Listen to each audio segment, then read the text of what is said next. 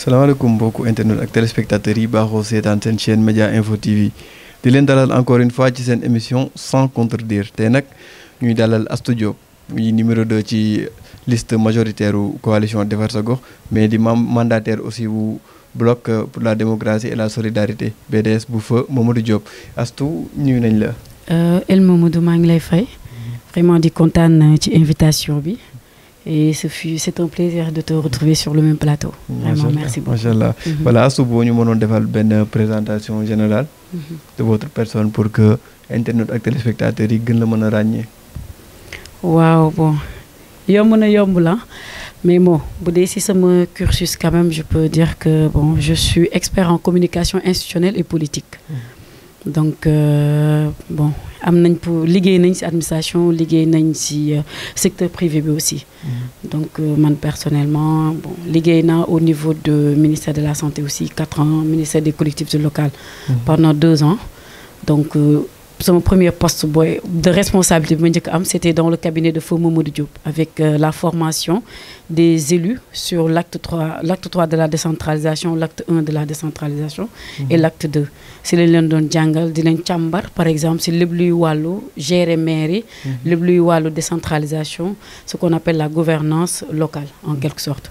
donc bi ma jógee si loolu si dem naa nekk journal Le Soleil liggéey fa quelque temps. Après, c'est là rejoindre un projet de l'Union européenne, ce qui m'a amené, j'étais en affectation sur Podor pendant 2 ans. Et voilà, donc plus ou moins là. Mais quand même, je suis femme politique, au-delà d'être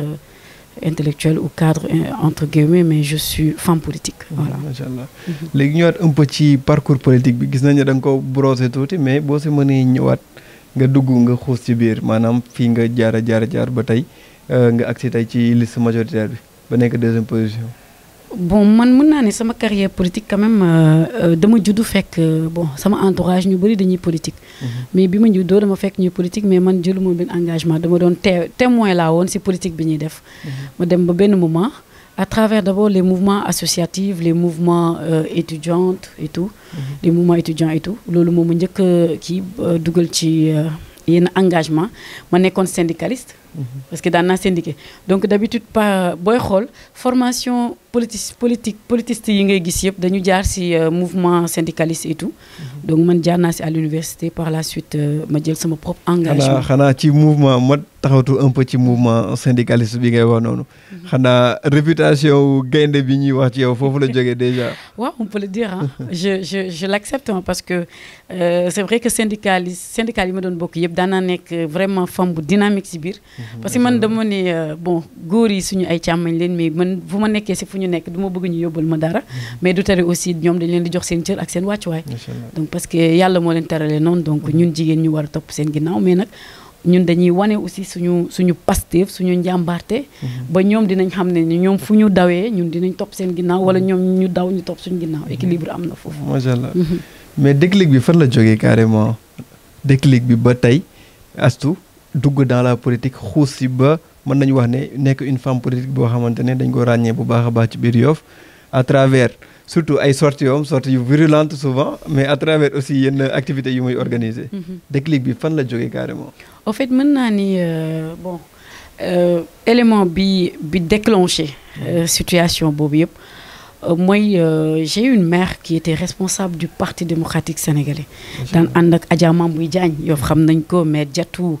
ñoom maire Ñanga ak ñeneen ñoo xam ne ils étaient dans le secteur du PDS donc jàngee naa fa lu bëri daan leen gunge mais sama engagement réellement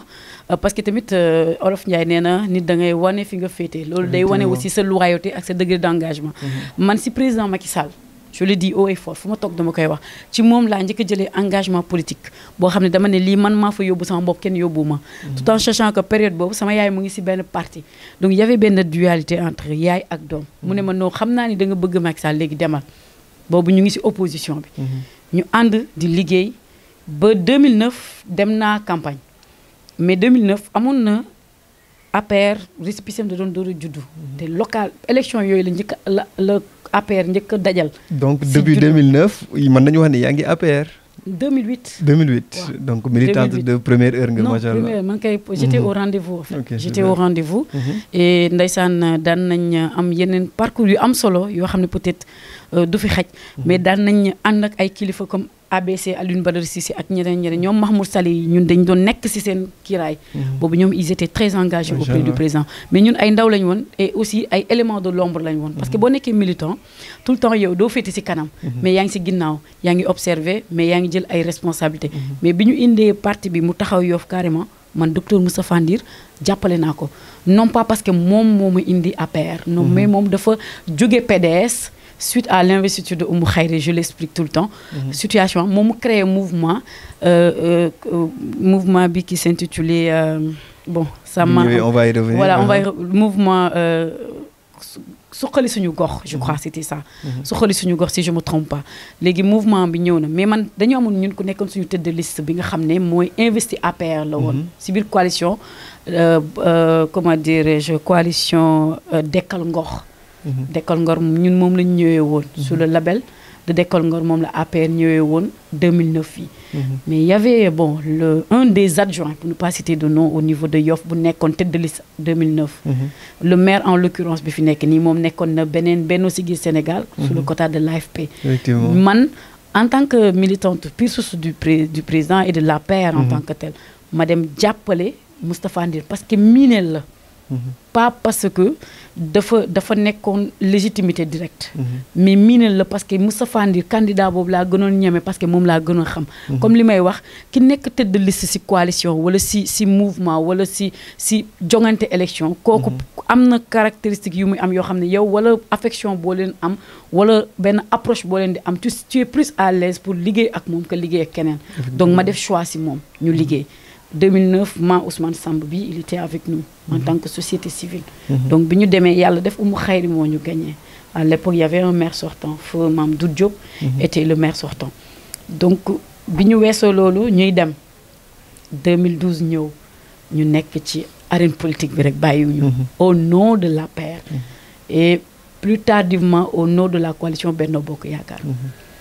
ñuy dem man 2012 ànduma woon ak ki fi nekk maire parce que suñu parti peut-être taxawaay benn bi amagu ko fa woon ñeneen ñoo ko amoon ñu nekk ñun ci même cercle bi di liggéey yàlla def leadership am ñëw ay nit ñoo ma ne Ndir bon nekkatu fii est-ce que doo yëkkatiwaat nga jàppale ko kii nii moom leadership am mu ngi incarné ma ne ko man ak kii lu bëri dañoo boole bu dul politique lu bëri dañoo boole mais bu dee ci politique moom Macky Sall lay jàppale et que moom leadership am mu ngi génn nañ ko taxawal may ko doole mu jóg parce que ñun lu jëmmal APR donc mooñ intéressé si biir Yoff jamono boobu donc c'était des périodes quand même ñu jàppale ko 2013 ñu jàppale ko yàlla def mu doon maire donc ainsi de suite terewul man arrêté wu ma sama engagement parce que bi may engagé c'était avant lui donc je continue à m'engager jusqu'à maintenant je m'engage et ces élections yii nii yàlla def na ni suñu coalition soutenir ma ko fii parce que ki ñu investir la décidé wul soutenir man maa def choix boobu mais je reste toujours dans le sphère de la coalition de la mouvance présidentielle loolu sax moo ma poussé parti Mamadou Diop bi ma jël mu ngi ci Benno Bokk Yaakaar comme AFP ni mu nekkee Benno Bokk Yaakaar mais ñoom au niveau départemental au niveau national il reste toujours dans la sphère de Benno Bokk Yaakaar mais au niveau de Yoff il y a eu dafa am ay situations yu fi xew ku ci nekk nga ne comme que élection locale yi fu gox la effectivement gox bi da ngay dem fi nga sentir pour jëmmal sa gox wala jàppale sa gox donc ma def choix jël bannière BDS ñoom ñu ngi woon déjà ci mouvance pour jàppale benn coalition boo xam ne tey Ousmane Samb moo nekk tête de liste ñun ñëpp on est des maires parce que ñun ñëpp on est des composantes ay composantes lañ coalition bi moom yàlla moom la def tête de moom moo nekk ci kanam man ma topp ci ginnaawam Papis Ndaw bi dëkk Ouest Foire nekk tête de liste proportionnelle Seydi Gaye bu société civile topp ci moom après Penda Ndiaye Cissé secrétaire général AFP Yoff moo topp mu nekk en 4e position donc ñaari parti yu mag ci Benno Bokk Yaakaar ñoo ngi dem rejoindre coalition defar sa gox mais loolu yëpp rek ci jëmmal Yoff moo tax ñu jël décision yooyu et c'est des décisions yoo xam ne du mer ngembu wala am frustration wala dara dañu gëm ne ñun ci politique lañ bokk te dañuy def politique mais politique autrement voilà léegi actuellement par rapport ak seen coalition bi defar sa gox fan ngeen toll ci préparatif élection locale yi nga xamante ne mu ngi ñëw. waaw ñun déjà suñu coalition bi sori na torop parce que ñëw nañ suñuy entité def suñuy déclaré nañ suñu candidature def nañ suñu déclaration de candidature déclaration morale bi def nañ ko def nañ aussi suñuy liste déposé suñuy liste yi génn nañ investi yi ñëpp gis nañ leen donc yàlla aussi teg nañ suñu comité électoral moom on est très pragmatique teg nañ suñu comité électoral te bi ñu koy teg lu jafe la suñu comité électoral am mooy comité électoral boo xam ne amul xuloo amul xiiroo amul ŋaayoo ñun ñëpp ay ñoo bokk ndey bokk baay tout en sachant que on est venu à des horizons yu diverses mais dañu bokk ndey bokk baay ci benn objectif moom moo ñuy animé ñu nekk ci solidarité bi nekk ci biir et que normalement le 27 bii nii on va lancer notre coalition au niveau de la place Mbenguène le 27 novembre bi donc bon événement bi xam naa ça circule déjà mais le fait que j'en parle aussi ça fera que appuyer donc ñun vraiment on est en avance sur les choses et que ñu ngi ci visite de proximité tey boo xoolee li tax ma yéex sax tardé ñu ngi woon ci visite de proximité fii ci Ndioufène jóge fa ñëw ci plateau voilà macha allah donc mën nañ jàpp ne les choses évoluent daal dans le bon sens oui dans le bon sens ok macha allah léegi ñu ñëwaat un peu ci yow notre invité du jour Astou Diop yan relation nga am actuellement ak le maire ki fi nekk actuellement le maire de Yoff. bon man du ma ne dañu am relation parce que bëgg naa quantifier relation bi question bi dans quel sens si elle est politique elle est personnelle ou c'est des relations dëkk ak dëkk. non dans tous les sens de manière générale de manière générale. d'accord de manière générale de manière générale. Bon dans le cadre personnel bon on n'a pas une relation assez étroite. On est très froide, plus ou moins froide ou plus ou moins non froide. Mais c'est assez compliqué. Et dans le cadre politique, je suis catégorique. Je ne l'accompagne pas à Yoff. Même étant dans le même bateau que lui, je ne l'accompagne pas. C'est le choix que j'ai fait. Voilà. Et au-delà de sa mouvance se fait dans le parti, moi je reste dans le dispositif du parti. Parce qu'on a le même leader, lui et moi. On a le même leader. Parce que de me gunge nit. Macky Sall de me gunge jëmmam. mu fallu doon président normalement sama mission waroon na jeex mais dama ko continuer di ko gunge parce que question de loyauté la voilà léegi mën nañ xam lan moo indi scission boobu noonu parce que da nga wax ni politiquement tey catégorique soutenir ko au niveau de Yoff donc scission boobu noonu lan moo ko indi carrément wala juste que divergence de point de vue la wala lan moo ko indi exactement non les choses sont très très profondes au point que vraiment c'est difficile et je veux en épargner waa dama bëgguma affaire yi doy na waar boo xam ne wax fa dëgg yàlla bu ma ko waxee ci télé mën na yàq lu bëri te mbokk dafa am fenn effectivement mbokk dafa am léegi politique du ma nangu mu yàq mbokk boobu même si man ak moom bokkuñu ay idée mais bokk nañ bannière bu li yëpp jeexee dañuy bokkaat ay bannière mais bëgguma moom may wax lenn li muy jëm ci moom non pas parce que j'ai peur de le dire mais j'évite de le dire ragaluma ko wax mais dama koy bañ a wax parce que nit dangay am bu la nit ne maalu sut bul xëccoog moom ci sut ne ko abal ma baa ma yéeg bu ma la tiimee rek mu jeex coow du am mais moom xam na man xam naa ak ñi ko wër aussi xam nañ ak manit tamit samay famille xam nañ mais du ma nangu di wax ci télé ndax sama famille su ma waxee ci télé sax tooñ leen parce que ñoom li ñu jàpp ñu ngi ko jàpp téye ko man li ma jàpp maa ngi ko jàpp téye ko mais au-delà de problème personnel yooyu man dama nekk jeune amay ambition te samay ambition gisuma benn mbindeef buy tax ma enfreindre ko parce que bi may engagé wu ci politique moom dugaluma ci politique forcé wu ma politique dafa maa fekk ma doon produit bu pare judd ci cercle politique kon nag moom man dama pare ñëw dooleel ko kiiraayam donc du moom moo may imposer wala li divergence mën na am foofu mais les choses sont plus profondes que ce que les gens pensent mais j'évite d'en parler quand même on respecte ça te dégg nañ aussi junj bi nga junj am nañ yaakaar que ne internet ak téléspectateurs yi dégg nañ ko bu baax donc si noonu nag la ñuy joxe un peu le relais à la régie ñu dem seeti benn partenaire après ñu ñëwaat pour deuxième partie émission bi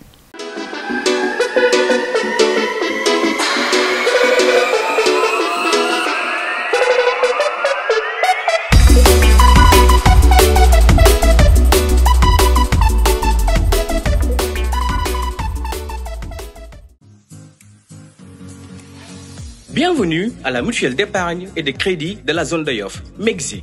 Comme ni mu leen ko tàmm defalee dafa ñëw ak ay xewal yu wóor. Ah waaw. Rentrée des classes, no stress lañ leen andil. Jàng ci jàmm ak MEGZI. Fini les soucis liés aux frais de scolarité de vos enfants. La MEGZI vous apporte la solution, le crédit scolaire. C'est un crédit spécial dédié à tous les parents d'élèves désirant faire étudier leurs enfants en toute quiétude. Le crédit scolaire peut prendre en charge, selon votre convenance, les droits d'inscription de vos enfants, leurs frais de scolarité, leur tenue scolaire, ainsi que leur fourniture scolaire. Te li ci gën a neex mooy ci ay anam yu yomb ngeen koy fayee. Vous aurez jusqu'au 10 du mois pour payer la mensualité due à la MEGZI, la possibilité d'effectuer des paiements journaliers auprès de nos agents de recouvrement, une couverture maladie assurée. Les conditions à remplir sont simples. Présenter une fiche de renseignement de l'établissement et avoir une activité génératrice de revenus. Pour plus de renseignements, contactez-nous sur le 70 630 35 34 ou le 33 820 44 63. wala ngeen ñëw suñu siège Yoff Layène.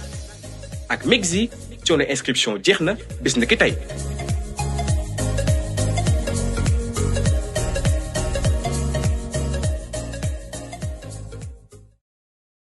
Donc merci beaucoup à la régie di fàttali mbokk yi rek ne yéen a ngi toujours ci seen émission sans contredire te nag ñuy dalal Astou Diop muy numéro 2 ci liste majoritaire coalition Defar Sa Gox di aussi mandataire BDS bu Feu Mamadou Diop yàlla na yàlla doole ay leeram. Donc ñu duggaat un peu sans transition ci waxtaan bi. Léegi Astou ñun dañ bëggoon xam carrément lan nga jàpp ne moo doxul actuellement à Yoff wala moo doxul entre 2014 ak ba période bi nga xamante ne nii ci lañ nekk. Bon, man su ma ñëwee tuuti bon damay dugg de manière très bref parce que le temps nous est escompté. Donc man bu ma xoolee ñun dañu amoon benn feuille de route 2014 man mii comptable laa ci loolu noonu. parce que ñun ñoo taxawoon teg projet bi pour waa Yoff. mais dem nañ ba si biir ñu gis ne li ñu waxante woon ak waa Yoff lu bëri warloo ñu ko. donc ñun loolu bokk na si lu ñu gën njëkk a révolté parce que kaddu gor ci kàddoom. tey quai de pêche bi la ñu waxoon. quai de pêche bi ñëw na mais problème de gestion. problème de gérer quai de pêche bi comme il faut parce que Yoff bokk na ci secteur zone buy génnee jën li ëpp si presque mën naa ne région de Dakar au-delà de région de Dakar suñu jën day dem fu sori mais xoolal léegi quai de pêche bi ñëw na mais apportam ba léegi ci wàllu pêche bi amul sentir guñ ko parce que y a beaucoup de malversation ñu baal ma y a beaucoup de mauvaise gestion dans la chose alors que waroon nañ ko mën a gérer noo xam day jariñ population bi tey xalaatuñu sax jéem a former ñi ne ci secteur de pêche bi ci wàllu ñu gën a maîtriser seen domaine xalaatuñ ko tey boo xoolee neewoon nañ dinañ def stade mais stade bi ba léegi gazon boo xam ne biñ ne dañ koy teg ba léegi mu ngi bëgg yàgg population bi loolu neexu leen te ñun aussi seen naqar dañ koy sentir moo tax loolu sax bokk na ci lu ñu tax ñu taxaw bi may lancé sama candidature loolu motivé na ma lu tax ma taxaw pour xeex loolu xam nga mais nag yu bëri mënuñu ko lim fii tey wàllu jeunesse bi gisuñu dara parce que tey bu ñu jógee ñu naan ñu pont bi ma ne leen mais pont bi yéen seen budget attanu ko defoo leen ko ndax bu doon pont bi jeunes yi population duñu lekk pont bi donc y a tellement de choses yoo xam ne le mal c'est de mal en pire et li ñu waxante woon yëpp defuñu ko et dans le cadre social bu ñu ñëwee lu bëri ils ont failli à leur mission man moom dama gëm ne comptable naa si de mais ils ont failli à leur mission parce que ñoom ñoo yoroon organe de décision yi ñun on nous avait isolés quand même. parce que ñun vous avez isolé. non on nous a isolés. parce que isolé mënul weesu sa kàddu sa li nga xalaat sa population doo am sax accès pour joxe ko. ña nga xam ne duggoon nañ fa sax am accès pour joxe ko dañ leen koy xañ ku si mel ni ma Ousmane Samb. il a subi des injustices pareilles. keneen ak Papis Ndaw conseiller la woon conseil bi mu demee 2014 am na conseiller mais ñooñu tey gisuñu seen bopp ba ñoom ñu fipp waa taxaw donc loolu yëpp day wane la ñu war la wante woon ak nit ñi defuñu ci li war donc jàpp nga ne on assume jàpp nga ne ay promesses non tenues daal moo ci ëpp. non promesses non tenues dafa bëri et aussi ñu bàyyi seen littérature bi ñuy teg chaque jour bind ay notes ay kayit loolu c'est pas compétence maire bi nañu génnee par rapport ak compétence yi leen jox ak acte 3 de la décentralisation bi mu juddoo lim leen sas yëpp lan lañ ci def on les lance au défi mais ñoom dañuy suivre débat bi di wax ay wax yoo xam ñun nekkuñu si vraiment nekkuñu si te Sénégal waa Yoff seen xel dafa màcc waa Yoff seen xel dafa xam nañ nu réew di doxee mastuma la dëkk bay waxu département Yoff xam nañ nu réew di doxee ma yóbbu ko fu gën a kawe Yoff xam nañ ñu réew di doxee kon maire du doon problème donc buñ ñu nax nañ waxante li am ñun ñëpp qu'on prend nos responsabilités que nous assumer que ni dañoo échec nañ ci situation bi mais nag li waral échec bi dañoo xañ ku mel ni man ku mel ni keneen ak keneen ak keneen pour mu wan leen ni lii la population bi soxla su ñu bàyyi woon peut-être yëf yi mën na bañee doon noonu te bu boobaa tey mën nañ bañ a nekk ay adversaires yu méttee nii mais ñoom ñoo def lu tax ñu doon ay adversaires parce que bëggatuñu ñoom li ñuy def ok léegi loolu mooy li nga xamante ne nii moo marché wul mais quand même am na secteur yoo xamante ne nii jàpp nga ne dox na wala évolué na cadre de vie bi bon gis naa ñuy bale ndaa bale yi moom gis naa ko bale ñi di bale si artères yi moom gis naa ko bon du ma xuus nag ci bale bi situation bi la mais ñi di bale moom gis naa ko loolu moom gis naa ko ak bon yenn quelques yu ñuy wax di ko lister bon je suis pas là à le lister pour eux ils le listent pour la population bi dégg nañ ko mais à la population de juger est-ce que loolu ñuy lister ñoom gis nañ ko c'est palpable voilà léegi ñu ñëw un peu ci femmes yi rôle bi nga xamante ne nii moom la ñuy am au sein de la vie politique surtout à Yoff fii parce que souvent c'est déplorable nag li ñuy gis mooy que dañ leen di dajale jox leen ay t-shirt wala ay piis wala ay musóor ak genre yooyu noonu rek ne leen ay ca nañ leen dem ñu tàccaloo leen wayloo leen feccaloo leen après ñu ñibbiwaat ndax tey loolu mooy rôle bi nga xamante ne rôle véritable bi nga xamante ne tey femme war na ko am au sein d'un parti politique wala d'une coalition boo xamante ne day dem vers des élections non man d'accord ma parce que am lu tax góor baax na jigéen baax na c'est vrai que aussi si suñu religion góor am na taxawaay boo xam ne dañ ko dénk jigéen mais nag ku xam yàlla yaqin bi mu def si jigéen da ngay xam ne am na capacité benn bi mais chaque jour socialement dañ koy censurer dañ koy xaw a di ko araftu di ko ne déedéet wàññi sa rythme wala limite di ko marginaliser di ko marginaliser alors que société waruñu ne marginaliser parce que bu ñu gisee góor jigéen moo ëmb 9 mois góor donc jigéen dafa am lu mu doon ci société et moi dama ne jigéen mooy société jigéen mooy gox bu jigéen baaxee gox bi day baax jigéen bu baaxee kër day baax te kër gox ci kër la commencé yar sa njaboot donc jigéen dañ am lu am importance lu ñu doon mais chaque jour pour ñu atténuer góor ñi dañuy delloo au second plan mais ñun aussi ñooy am fu lay bañ loolu surtout ci politique xam nga dans le cadre social dans le cadre religieux on peut accepter les chartes mais la politique du affaire du diine du l'islam du loo xam ne mbirum àdduna la donc mbiru àdduna boobu ñoom jigéen dañ ci war a def seen pas-pas te xam ne li góor yi ñoom mën nañ lu ko raw ñu taxaw jël assumer seen ay engagement ñu bañ a jël seen leadership di ko ranger tout le temps nañ wane seen leadership même bu ñu atteindre à 100% man damay vraiment c'est dafa am naqari tey imaginez y a 557 maires yi ci Sénégal 15 jigéen kese ñoom ñoo nekk maire en 2014 15 jigéen kese c'est presque 557 maires yi fii région de Dakar moom moo gën a pire ñetti jigéen lañ fi am ñoo xam ne sax ñoom dañoo xeex kenn jàppale lu ñoom ñoo xeex am mais loolu waroon nañ moo taxoon ñun ñu teg suñu candidature mais xam nga parfois ci kaw dafa am leneen luy am te ñun peut-être mouvance bi ñu bokk ki nga xam ne moom daf fi jiitu peut-être ndombal tànk bi mu am moo tax ñoom bëgguñu ko léser au point que ñoom bi jot dañ mujjee ne ñun bañuñu sax ku def parallèle ça veut dire que nangul nañ ma nangul nañ ko nangul nañ keneen malgré dayoom moom nangul nañ ko nangul nañ ma nangul nañ keneen parce que gis nga ni si mouvance bi ñu bokk bëri na ay pàcc yu tasaaroo te autorisé nañ leen ñu jël seen yoonu bopp donc ça veut dire moom dañ koo nangul ba pare nangul ñeneen ñi ça veut dire que ñeneen ñi kenn discrédité wu leen mais nag peut-être position yi ñu dem jël ko biñ demee fekk nañ fa ñu jiitu mais bu doon suñu sago ñun ñooy jiitu en tant que jigéen man ndax fa dëgg yàlla bu doon sama sago man damay jiite liste nekk tête de liste majoritaire mais comme que yàlla joxuma ma jiite loolu par rapport ak ay situation mais jox na ma nekk numéro 2 loolu sac la ci jigéen ñi parce que ça veut dire que parité bi ñuy jooy respecté nañ ko te man loolu maa ngi ko gis ci coalition defar sa gox bi ñuy def suñuy liste dañuy teg góor teg jigéen bu ñu tegee jigéen teg góor respecté ko du début jusqu'à la fin respecté ko ci majoritaire bi titulaire respecté ko ci suppléant yi loolu mooy une bonne organisation et de respecter parce que tey loi parité bi dañ ko war a jëmmaal Ablaye Wade moo ko fi def vraiment mu def lu am solo ci wàllu jigéen ñi Macky Sall ak gouvernement ak yeneen organes yoo xam ne c'est des organes non étatiques organes yoo xam ne c'est des organes yoo xam ne ñoom duñu ay du état mais ay ONG leneen yoo xam ne dañuy yëngu ci wàllu jigéen ñi ñoom def nañ en sorte que loi boobu ñu xeex au moins ren ñu sentir seen bopp te y a pas mal de femmes investies quand même si yenn zone et ñun ñuy rafetlu loolu di ñaan aussi 2% bi ñuy représenté nii au niveau national élection yi bu jeexee ñu gis ne am nañ 15% wala 10% c'est ce que je souhaite au niveau national bi inchallah waaw donc bu ñu waxee ci jigéen ñi duñ fàtte jeunes yi ndax dara aussi jeune nga te yaa ngi aussi bay sa waar bu baax a baax ci politique bi ñu wax aussi un peu ci place u jeunes yi ndax jamono ji mën nañu wax ne c'est un peu à l'actualité c'est un peu à l'actualité ndax ay affaire yu bëri yu am déjà dañuy pointer du doigt jeunes yi nga xamante ne dañ nekk dans les partis politiques wala dans les coalitions souvent ils sont qualifiés de suiveurs de suivistes même limite muy terme bu péjoratif boo xamante ne maanaam quel que soit alpha man je te suis nourris-moi et je te suis muy loo xamante ne dafa doy waar ñu bëggoon xam tey yow lan nga jàpp ne ban taxawaay nga jàpp ne moom la jeunes yi war a mën a am au sein des partis man dama gëm ni la jeunesse ñoom ñooy frère de lance bépp accession au pouvoir peu importe mu doon pouvoir boo xam ne mairie la wala mu doon mairie de ville wala mairie de département wala présidentielle wala sax au-delà au niveau des ONG ak leneen donc jeunes yi ñoom dañuy jël seen ay responsabilités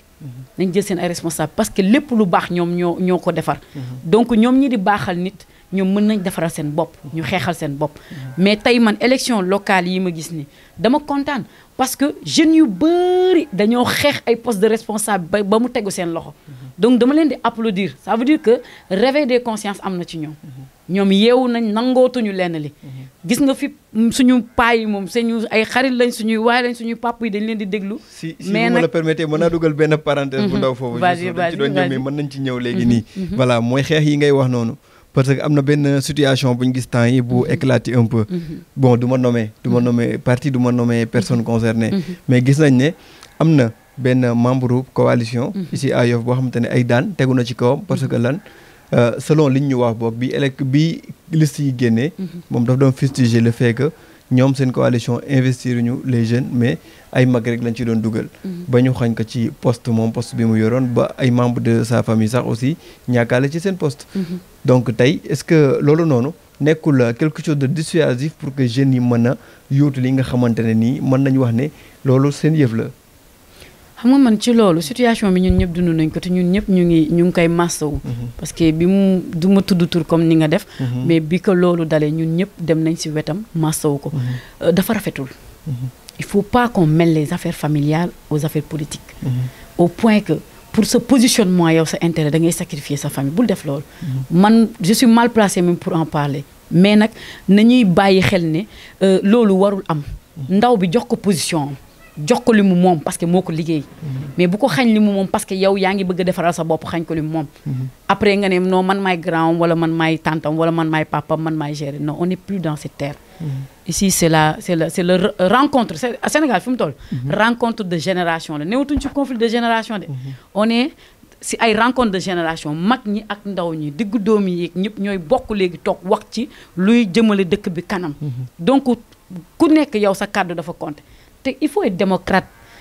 man li ma metti ci Sénégal mooy on n'est pas duñu démocrate surtout suñu localu gox fii Yoff démocratie bi dañ ko bëgg bafoué et loolu jeunes yi duñu ñàkk fayda ba mu am parce que dañu war a respecter démocratie bi respecter ku nekk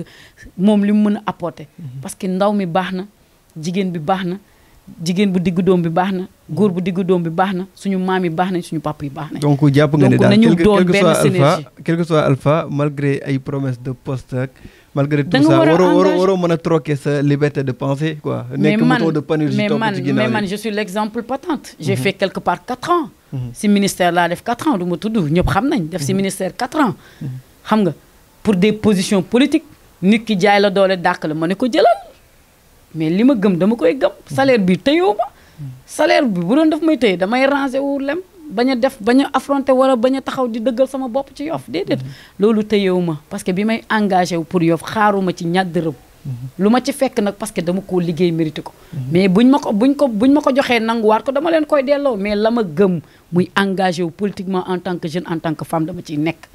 lu ma ci yàlla defal ma jël xaaruma ci succès xaaruma ci prospérité xaaruma si dara c'est un engagement propre maa ko engagé wu dama koy assumer jusqu'au bout donc jeunes yi foofu laa leen di woo bu leen nangu yenn chantage affectif yi wala yenn chantage si wàllu koom-koom wala dara gëm leen seen bopp ñoom fi ñu nekk mën ngeen nekk fu ko raw man loolu laa gëm tout jeune est éligible on dama ne tout candidat est éligible mais tout jeune est éligible à ces postes de responsable ndaw bu nekk mën nga doon militant xëy nekk responsable bi mais day fekk nga gëm sa bopp di ko xeex di ko doxee di ko waxee mu doon lu nekk lu dëgg ci yow loolu kese la amul benn secret donc ndaw yi foofu laa leen di woo ñu nekk fa te xam ne seen place bi ñoom ñoo ko moom bu ñu nangu kenn di ko yëkkati di leen ko jox nañ ko jëlal seen bopp macha allah bon Astou bon je me permets nag de te tutoyer un peu booba léegi Astou laay wax xam naa ne yaa ma ko may voilà comme nous arrivons vers la fin de l'émission ñu bëggoon dañ koy def ak képp koo xamante ne invité nañ la période bii nii dañ la jox 3 minutes tuddee que 3 minutes pour convaincre 3 minutes yoo xamante ne da ngay wax mbokku internet ak téléspectateurs yi lan moo tax ñoom ñu war a voter coalition Defar sa gox en lieu et place d'une autre coalition waaw waa Yoff man au-delà de kii damay kontaan chaque jour pour bu may jàkkaarloog ñoom parce que Yoff li ma si gën a neex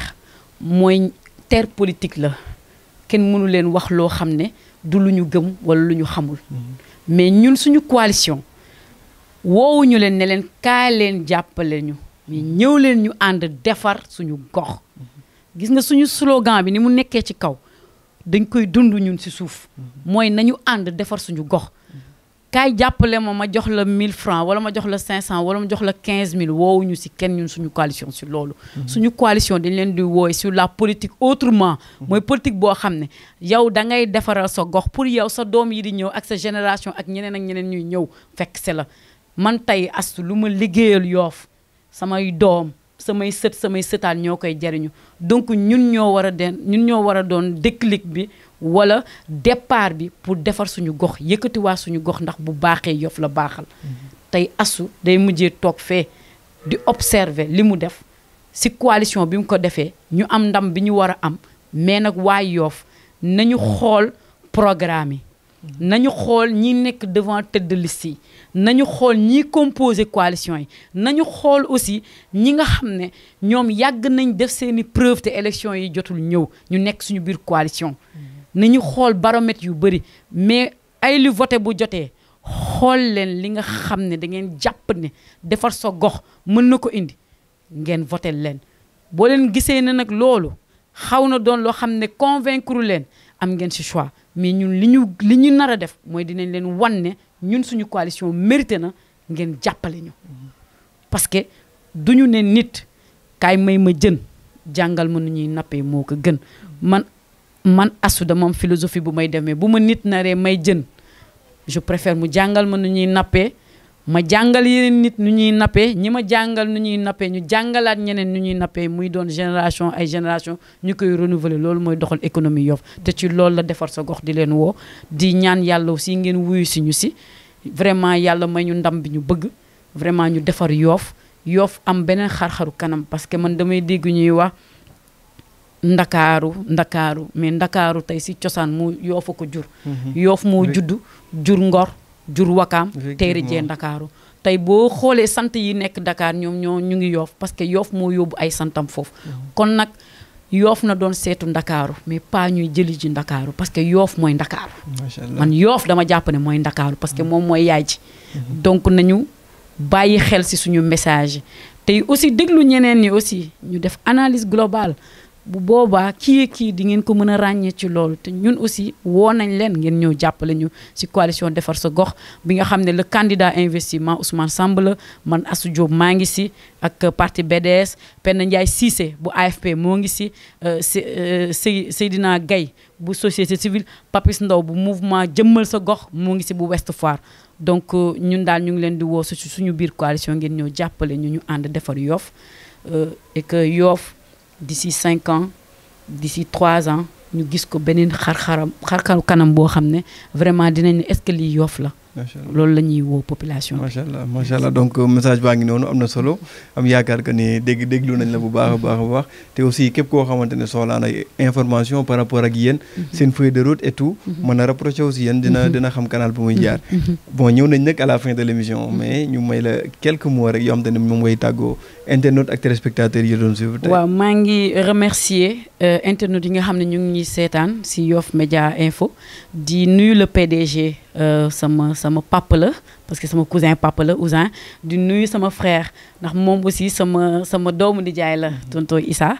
donc Mamadou may nuyu Papis Ndaw bi nga xam ne ñoo bokk coalition mu bàyyi li mu doon def yëpp ñu ànd ak man accompagner ma loolu day wane solidarité si suñu coalition mu bàyyi agenda am yëpp ñu gunge ma si plateau bi dama koy nuyu di ko sargal di ko tatagal ndax loolu ndax mënu na ko bañ a def may nuyu sama waa famille nga xam ne lépp lu ma doon ñoom la bi ma ñàkkee sama yaay mu génn àdduna depuis 2019 wéetuma benn yoon ndax ñoom ñu ngi may accompagner ñu ngi may lu ma bëgg loolu lañ bëgg mais maa ngi leen di gërëm di leen sant ne leen sonal naa leen trop mais xaddiwuñu benn yoon may nuyu aussi suñu président suñu coordonnateur suñu candidat autant pour moi Ousmane Samba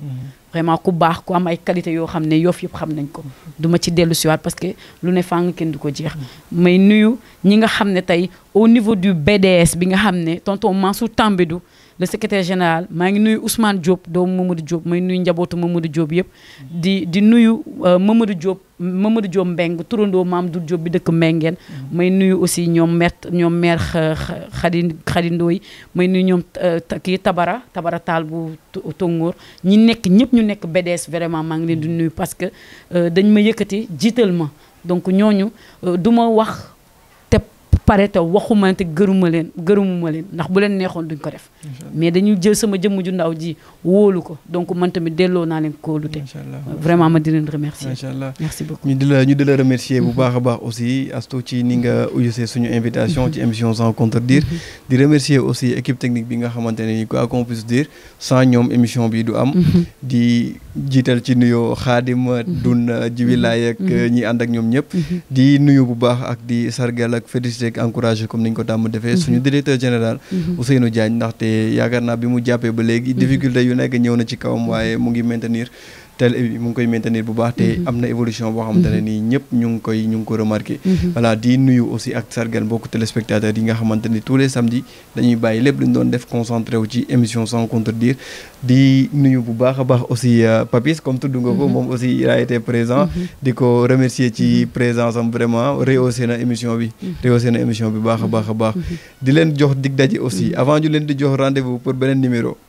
di leen wax programme bu am importance bi nga xamante ne nii Yoff Média Info TV comme léegi Média Info TV la tudd Média Info TV mu ngi koy préparé le 25 décembre incha allah Sunset Hotel muy dîner de gala boo xamante ne mooy célébrer suñu 2 ans d'existence voilà moment la boo xamante ne dañ ci bëgg a profiter aussi pour communier ak suñu partenaires yi ñu am yëpp ak aussi ñi nga xamante ne nii ñooy les fidèles de la télévision Média Info TV voilà donc sur ce nous vous donnons rendez-vous incha allah samedi prochain même heure même chaîne même émission sur Média Info TV l'image des gens d'ici